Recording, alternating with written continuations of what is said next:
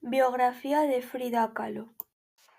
Magdalena Frida Carmen Kahlo y Calderón nació en Coyoacán, Ciudad de México, el 6 de julio de 1907 y murió en Ciudad de México el 13 de julio de 1954. Frida Kahlo fue una pintora mexicana. Sus obras giran en torno a las vivencias y raíces mexicanas. Realizó un total de 150 obras. La mayoría eran autorretratos suyos. Es considerada un icono pop de la cultura de México. Sus padres eran Guillermo Kahlo y Matilde Calderón y González.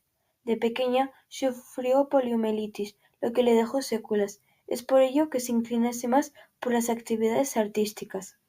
Estudió en el Colegio Alemán Alexander von Humboldt hasta 1921, en la Escuela Nacional Preparatoria, donde cursó estudios de medicina y conoció a futuros intelectuales y artistas mexicanos. El 17 de septiembre de 1925, Frida sufrió un grave accidente de autobús y llegó a someterse a 32 operaciones quirúrgicas, por lo que comienza a pintar de manera constante, reflejando en sus cuadros los sucesos de su vida y los sentimientos que le producían. En 1927 conoció al pintor Diego Rivera, 21 años mayor que Frida, con quien contrajo matrimonio el 21 de agosto de 1929. Ambos compartieron el gusto por el arte popular mexicano de raíces indígenas, inspirando a otros pintores mexicanos del período posrevolucionario. En 1939 sus pinturas fueron expuestas en Francia, por invitación de André Breton, y una de las obras de esta exposición se convirtió en el primer cuadro de un artista mexicano expuesto en el Museo del Louvre.